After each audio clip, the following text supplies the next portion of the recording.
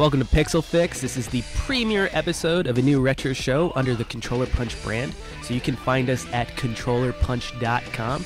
That's a Canadian hardcore video gaming website. They're young, they're sexy, they're talented, but so very young. So we're still growing. This show is also growing.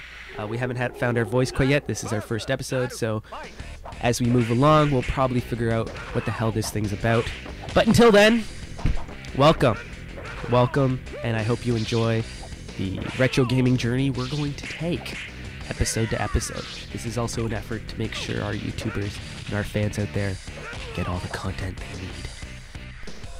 So for this episode, I decided to bust out the Neo Geo. As you can see, I'm playing with my favorite character, Ralph.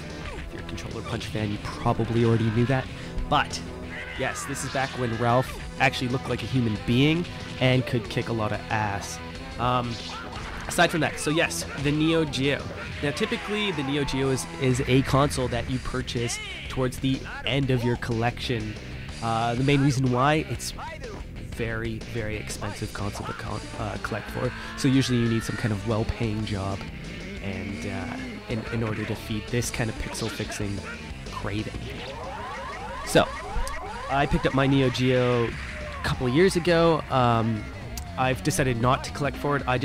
The main reason I bought it was for King of Fighters 94. I found a good deal in Japan, where essentially it was the console packed in with 2 or 3 games, King of Fighters 94 being one of them, which is a game that at the time you couldn't find anywhere else. So I mean, that I really wanted it to be in my collection, this specific title.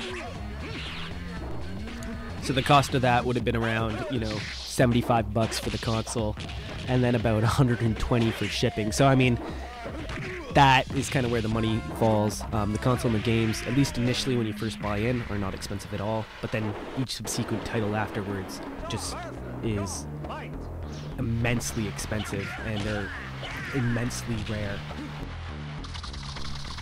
And so what's the deal with King of Fighters 94? Well, I would have seen this game for the first time when I was about 10 or 11, and at the time, this is when a King of Fighters game was one of the more graphically impressive games in terms of animation, frames, backgrounds. I love all of the intros to the levels, and they essentially crafted team-based fighting, which was new at the time and is still carried on today.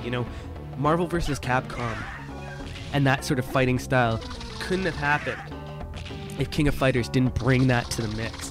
And so, a lot of people kind of wonder sometimes what was the deal with King of Fighters, and the game mechanic itself was one of probably the most innovative features at the time.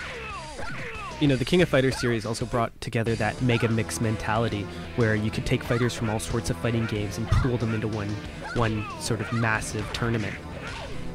This game also had a bunch of unique features in it, such as being able to dodge fireballs, which was incredible at the time. You could also kind of jump over guys and kick backwards at characters.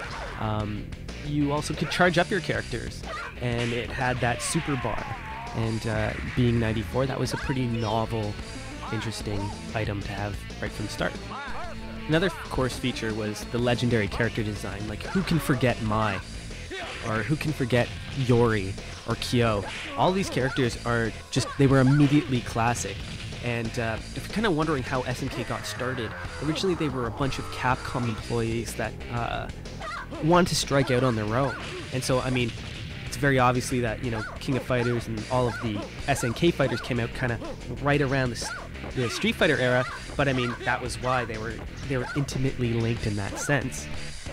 And if I had to pin one game to sort of decide where did this fascination, this North American, Japanese fascination on boob physics started, I think you could make a great argument that it started with Mai.